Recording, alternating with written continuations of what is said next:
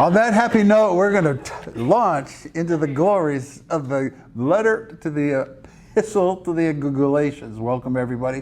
Welcome everybody who's watching this on video. If you hear the sound of a low rumble in the background, that's because it's going to be 102 in Texas today, and the air conditioning is working overtime. Hopefully it'll quiet down once this room gets to temperature. But welcome. How did this seminar come about?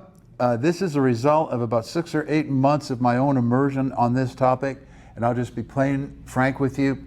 I just had some divine encounters, and it was simply this: Father, my life is being transformed. I just want to share this with somebody. This was so life-altering that different times in my devotions, I would just break down in prayer and in tears and say, Lord, I don't want to die with this in me.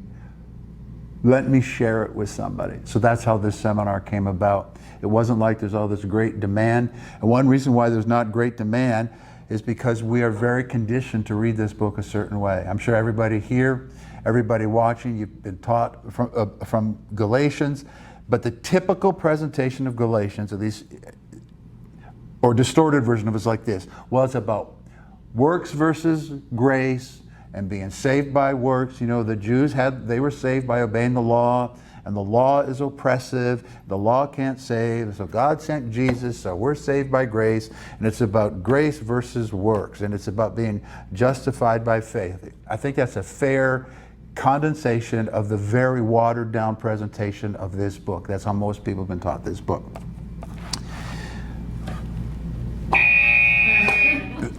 That's one of my props to help keep you awake during this seminar. I beg to differ. That is Luther's perspective that we've inherited and watered down and adapted. There are 9 references to justification in the whole letter of Galatians. But if you ask a typical Christian, what is the book of Galatians about? Justification by faith. I read Luther's commentary on Galatians. Barely a word about the Spirit of God in 200 and some pages of Luther's commentary. My point is, we are conditioned to see what we're going to see. We'll see what we want to see. And if you've been taught a certain way, you'll see a certain thing. 9 references to justification, 25 references to enslavement, 76 references to Christ and the Spirit. And someone's going to try to persuade me that this book is about justification by faith. It is not. The lesson is included in the greater. This book is not about methods of how to get saved. We used to get saved. Jews used to get saved this way. Now we get saved that way. It's not a book about the mechanics of salvation. Something happened to Paul that changed the world, and Paul believed the world has changed. And so that's the approach we're going to take this weekend. We're going to look at the letter of Galatians we're going to try to rid ourselves of other people's glasses. We're going to try to take off our Western Protestant evangelical glasses. We're going to sit in the text the best we can. We're going to put ourselves in the situation the best we can. We want to feel the issues. We want to feel the personalities. We want to know what was going on in Galatia. Galatians is not a theological position paper. Don't read it that way. Don't read it like it's a chemistry book, like it's a math book.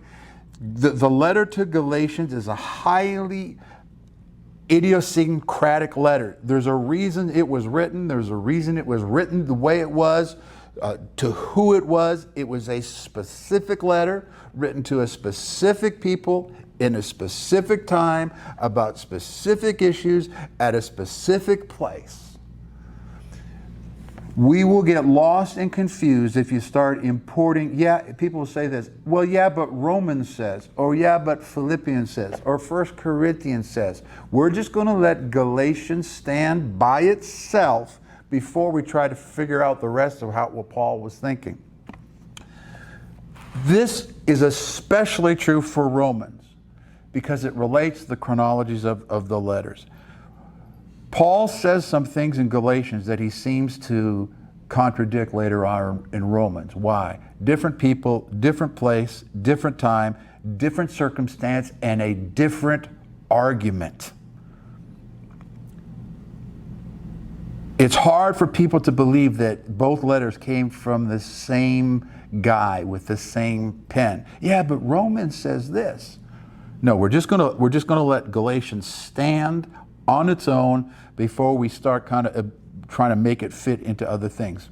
The other thing in terms of introduction, we could do 13 weeks. We could do a whole college seminar. I'm going to try to cram some stuff into it in one weekend. But by definition, that just means we're just going to be hitting some highlight things that I hope nonetheless will still be enlightening to you. So let's start with the setting. When was this letter written? I'm convinced about 49 to 51 AD. Point is, this is an important point, it was early. The chronology between Galatians and Acts is notoriously complicated, lots of debates. We're not going to get into the tall weeds of that debate. It's very confusing trying to sort out what Acts says and what Galatians says and when things happen. All I want to get into your hearts today as we start, it's early. 49, early. Why do I want to emphasize this? Because the myth of the perfect church has to be crushed before we begin. There was no such thing, never been such a thing as this one big happy family, and everybody was getting along, and everybody agreed. Oh, after Pentecost, everybody just agreed about everything. And here's why this is important, in particular for some of us in this room, because the whole premise of the home church movement, the organic church movement, the deconstruction movement, it goes like this. We want to get back to the more perfect form, right? There was this perfect church once upon a time, and Constantine came and ruined it, and now we're here to rescue the church from herself. Not true. Never been true. The church was birthed in a cauldron of conflict. And we're going to see that very, very soon. People can have other persuasions. If you read the literature, you're going to find that some people think it was before Romans and Corinthians. Some people think it's after. I'm of the persuasion that it's before, and I'm not going to get into the tall weeds of it other than I just want you to say, this is early. They had conflicts early in the church. For me, it's important because one of the things that I think just sends people down the wrong road. Joy, could I ask you to keep me on the time too? Give me a 5-minute warning, please. I forgot to put my timer up for this session. Thank you. Idealism, Christian idealism will kill because it's chasing a phantom. And all Christian idealism does is make us feel superior to other people. We're better and smarter than all the, but that's the foundation of Protestantism. I mean, that's Luther's claim. Luther said nobody in the history of the church had ever understood the scriptures except him. So that means 1,500 years of Christians are all wrong except him. Well, guess what? That's in our DNA. And so when you come into these organic church environments or restoration environments, that thing is working in there. We just want to get it right at the foundation. A chick coming out of an egg is something that's in process. And it's the same thing when we read the scriptures, when you read Acts, when you read Galatians, when you read Thessalonians, some of those early letters. You are not looking at a fully developed thing. It is a church in travail. But if you're committed to a perfect book, you have to have what? Perfect people who are writing down perfect things and have a perfect church. And so people say to me sometimes, well, we just want a New Testament church. And I say, which one? The one in Jerusalem? The one in Antioch? The one in Ephesus? They were all different. And they all had different issues. The one in Rome, you want Corinth? Which one do you want? Well, there had to be a perfect, no. There's just a normal church full of normal people. North or South Galatia? There are different theories about to whom this book was written. And the only reason that I want to even bring this out, because we could get lost in the geography, was it North Galatia or South Galatia, is because of a little nugget here.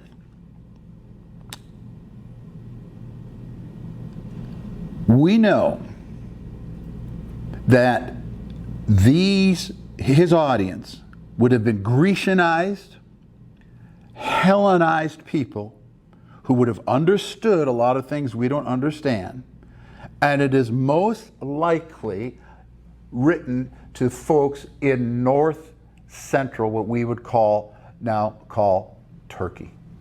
There are those who think it was written to the churches that were established in the south, but there are those who think it's kind of a north or north central. And here's why I am voting for into the north central. Right here, north central, in that area, there was a sanctuary dedicated to Cybele, C-Y-B-E-L-E, who is the great mother goddess, whose name was you're going to want to remember this. All right, here's another signal. Remember this. This is going to come up later. Her name was the mistress of all elements. Now remember, you were supposed to have read Acts chapter 9 and Galatians before we got here, because Paul talks about the elements. It would have been, to the folks in that area, it would have been a point of reference. So that's all I want to say on that. You could do a whole college semester debating whether North Galatia, South Galatia. Don't care. I think it's mid-central for that reason. To whom? To whom was this letter written? If I say the word Celt to you, what do you normally think when you see that word? Scotland. And that is true. But it is really much broader than that. Pretty much all of mid-central Europe, all the way down into Turkey, was Celtic in the broadest sense of the word. Why is that important? One linguistic bit, because the Latin word for Celt is Galli. That's where we get the name Galatians. It was written to the Galli. If you are ever inclined, and again, we're doing an 8-hour weekend when we could do 2 semesters worth in college.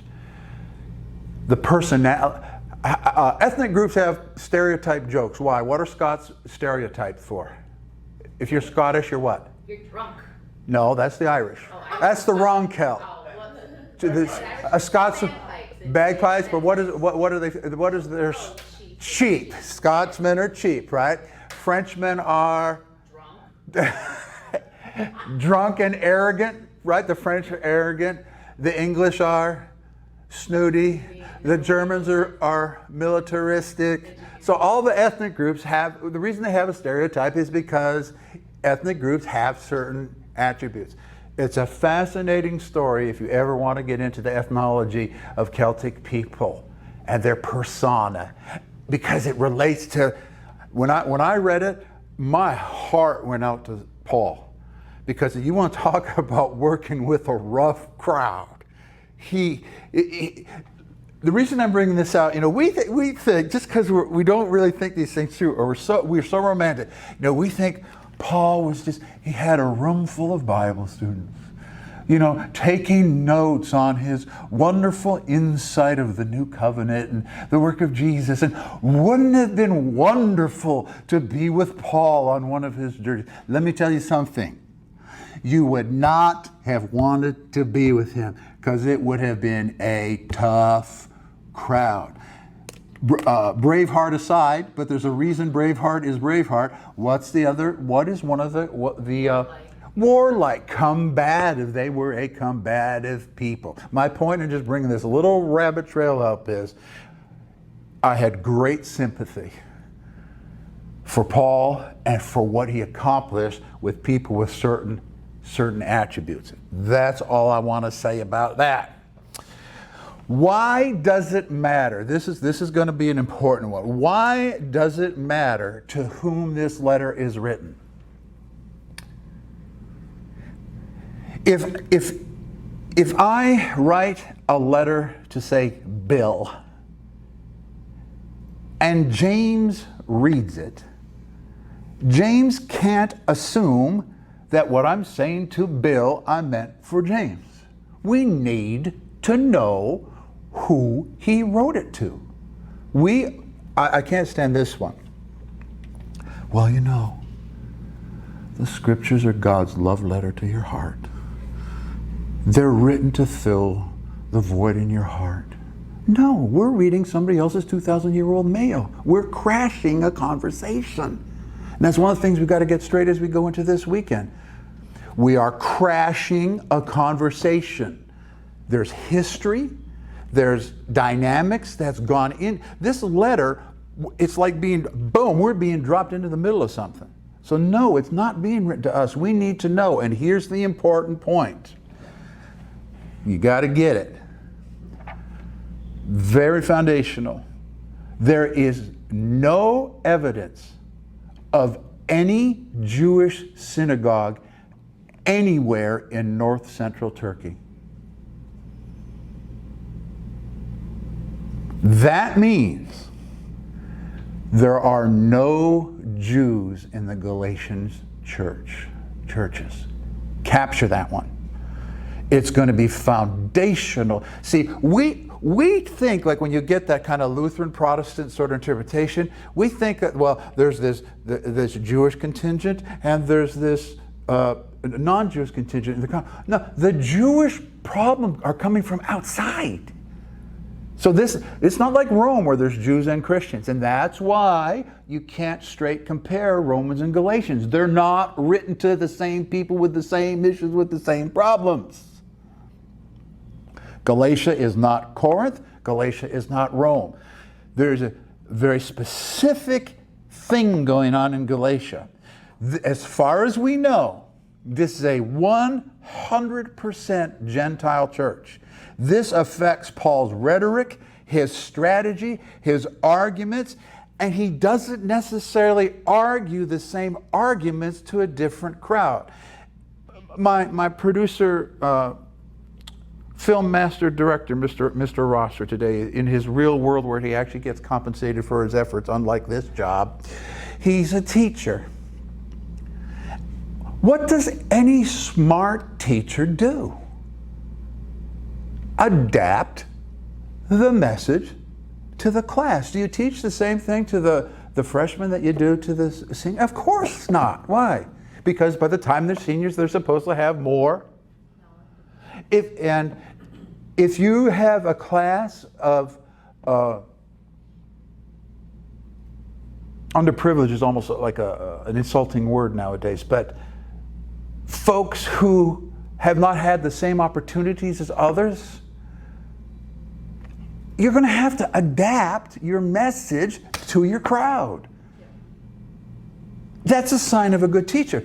So then, but if we go then to the Bible and then say, well, you know, Galatians is this and Romans is this, and we have to harmonize the two, and there's one message, and they never changed it, and simply not true. Not true. Paul was dealt a very challenging hand of cards. He doesn't argue the same way. So don't try to make Galatians and Romans artificially harmonized. You don't have to. The church in Galatia were the converts. They were the first fruits of his efforts. And here's another one. Whoops, I forgot to turn this off, but we'll turn it on again. Yeah, you're gonna. What's it when the light causes you to have like a seizure? Yeah. I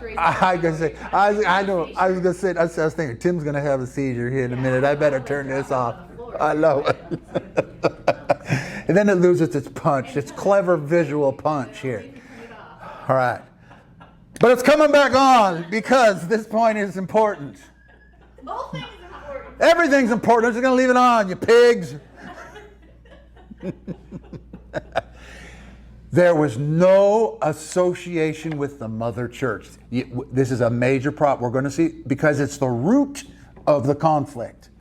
This is Paul's missionary efforts on his own. Remember the opener of Galatians? Listen, nobody sent me. I didn't get their approval. I didn't need their approval. I went and I talked to Peter and James and John, who seem to be pillars, and I don't really care. And you're going to see that this is part of the issue. So, guys, I know everybody in this room very well. Human beings are human beings. They've always been human beings. When it comes to money, sex, and power, it's always about, not in this case, not sex, but it's always about money and power. And it's always been about money and power. And it was about money and power. And it is, who's going to be the boss of the mission to the Gentiles? That's the fight. And it gets ugly. The other thing I want to emphasize before we get too far into this today, this intro session, sometimes the book of Galatians is written like Judaism versus Christianity. Don't bring that into. There is no Judaism. The only Judaism that's coming into this story is what's being brought by the folks from Jerusalem. So this is not, you can read Galatians that way if you want to, like an anti-Judaism book. It's not an anti-Judaism letter. There's specific things going on with specific people and a specific problem with specific people. So Galatians is not an anti-Jew book. All right, the drama. We entitled this seminar, The Drama in Galatians. What is the backstory? So I want to tell you a little bit about the backstory. I said earlier, we're walking in on a fight without the benefit of knowing what is going on. I have friends in law enforcement, and take a guess at the kind of calls they most hate to get. Take a guess. Domestic disputes. Because what happens when a police officer is called in a domestic dispute? They both turn on the officer. So we are walking into the equivalent of a domestic dispute. And why I think that the domestic dispute analogy works very well, because it's with people who are supposed to love each other, but for whom things have so degraded that murder is even possible. That's what happens in a domestic dispute. And that's what's happening. Another analogy, when we're coming to Galatians, it's like walking into a play or a concert late. I had the privilege recently of channel surfing and watching a great Victor Borge thing, and also identifies my generation. If you haven't watched any Victor Borge, you need to watch Victor Borge. He's brilliant, he's funny, but he's doing a live concert, and he's about 15 minutes in, and he's in Minneapolis, and he's very quick on his feet as a comedian and entertainer. And so Victor Borge goes, excuse me. Because this guy's trying to get to his seat, and then he says to the guy, where are you coming from? And he goes, St. Paul, and the event was in Minneapolis. And Victor Borge goes, well, I came from Denmark and I got here on time. So he just stuck it a little bit to him. I thought it was pretty good. The other thing that we don't realize, again, because we're 2,000 years removed, we weren't there, we don't understand the vibe. The letter of Galatians was a sermon. It was read out loud in a worship service. This is important for later on.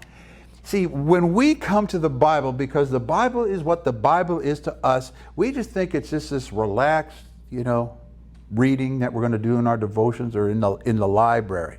No, first of all, overwhelmingly illiterate. We understand that. They were not there with their concordances and their commentaries, listening to every word and making a judgment about, how to. No. This was a sermon read out loud. Now, jumping ahead a little bit.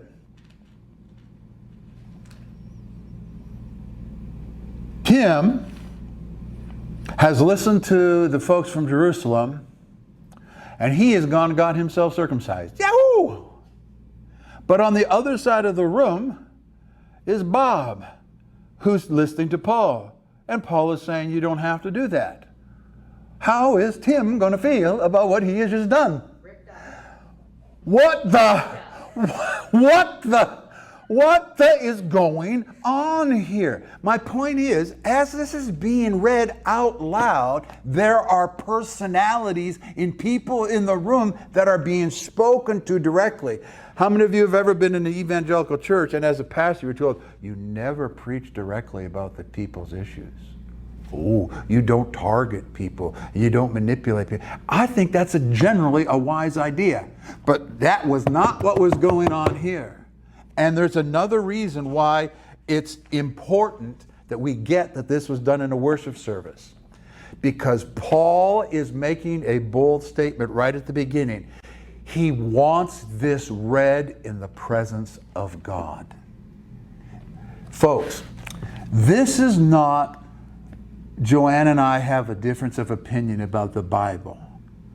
Paul is actually bringing this to a cosmic level conflict. He says, what I have to say, I am going to say before God Almighty.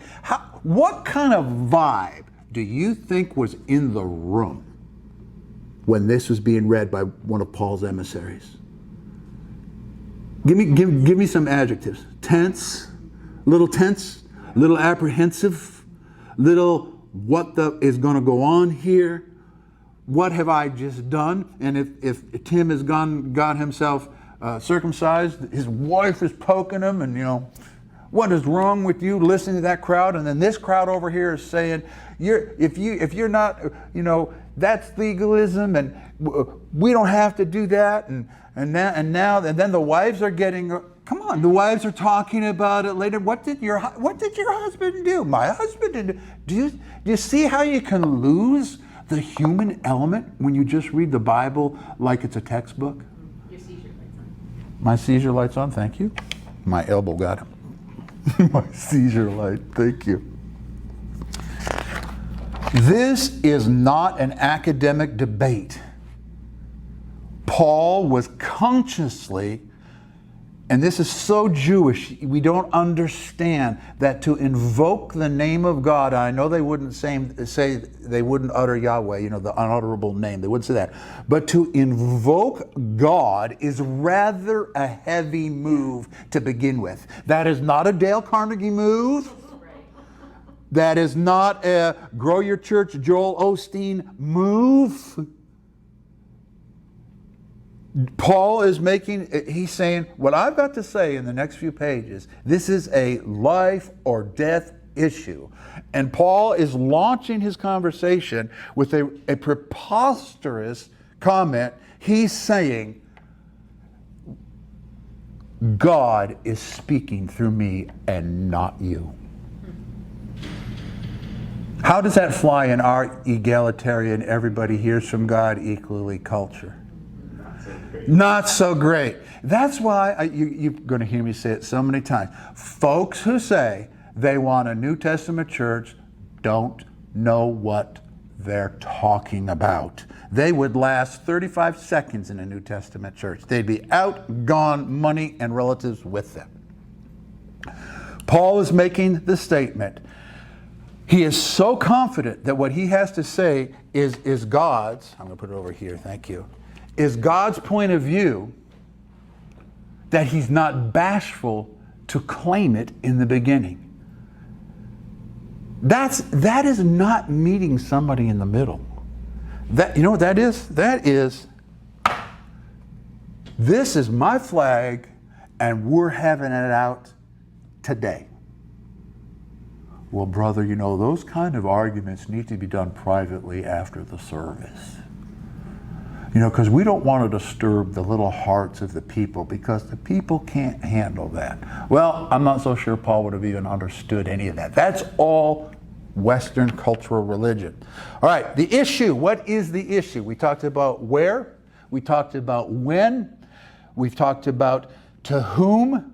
What's the issue? The issue is, how are the Gentiles going to be included in the people of God? That's the issue. The resurrection of Jesus from the dead changes things. I don't know about you, but if I met someone alive from the dead, that is likely to have a profound effect on you. And in our next session, we're going to talk about that, about Paul the man. So that's the issue. What message is supposed to be preached to the Gentiles? How is that message done? When does it happen? And here's the big one. And who has the authority to do it? How many of you have ever been in a local church that has had authority fights?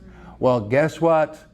Join the crowd, go to 49 AD, and you are in, really, it's going to escalate to practically murder. That's the kind of passions that are involved here. It's a fight about authority. What message? Who gets to say it? Who do you think you are? You didn't get our approval, etc., etc., etc., etc. The Great Commission. What was Jesus' last words before he ascended to the crowd? Everybody knows it. It's not a trick question. I'll let you know when it's a trick question. What was his last words? Are last words normally important things? Yeah. Stay in Jerusalem and set up a Bible study and a prayer meeting and study Torah. No, go make Oh, well, that's what we would have done. No, go into all the world and teach people how to be saved. Make disciples. We could have fun with that, or we could go places in that. And not make converts. Not make converts. Make disciples. Thank you. Make followers. Imitate me. And we can unpack this too. You guys, you know I got to use discipline. We're never going to get out of here. But imitate me as I imitate the Lord. No, nobody will tell me that. I don't have to imitate anybody. But I have my own personal relationship with Jesus. I got the Bible, I got the Holy Ghost, and I got Jesus. That's all I need. Follow me. It's about make followers. There are certain words that I believe that have become so commonalized, I don't even know if commonalized is a word, but so common as to be neutered, and discipleship is one of them. Discipleship means agree doctrinally with what we teach here. Whether or not I'm a follower of Jesus doesn't even come into the picture. So I like the word follower of, a devotee of, someone who is desirous to imitate. Imitate me, follow me. So that was Jesus' last message. What did the perfect church leaders do for those first few years in Jerusalem? And how do we know? In Acts chapter 6, 7, when Hellenized Jewish widows need help, what was their response? Go find somebody else to do it. We're going to pray and study.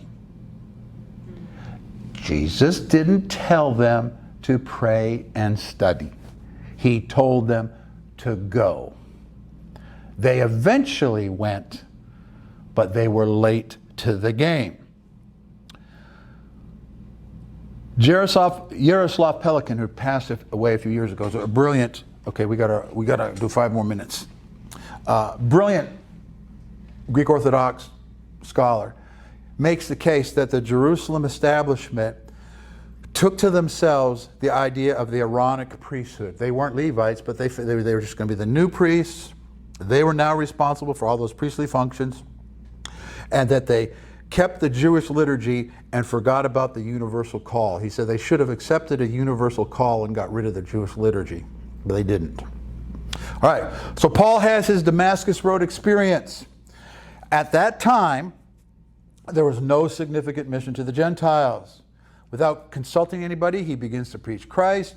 Early on, about 3 years in, he appears to have a friendly meeting with Peter. We don't know the details. Somewhere along the way, he connects with the Antioch church.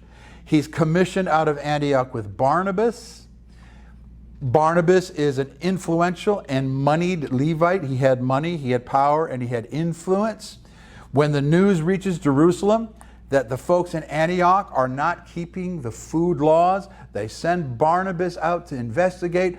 Barnabas sees the light, but later on, because of the episode of Peter, he gets swayed. Paul and Barnabas, we know, right? You guys know you get Paul and Barnabas? Split. And why is this important? This is important because at the time Galatians was written, Paul and Barnabas were on the outs with each other. That's going to be important for later. We know later on, 1 Corinthians or what, 2 Corinthians 9, 1 Corinthians 9, it seems that they were patched up. But this is important for Galatians. We're doing Galatians today. Paul and Barnabas were on the skids. Sometime after the council in Jerusalem, Paul breaks off, he separates, and Paul is even isolated from the Antioch church that launched him and Barnabas in the beginning. My point is, this is an effort on Paul's part where he is alone. It's Paul against everybody. That's a very lonely place to be.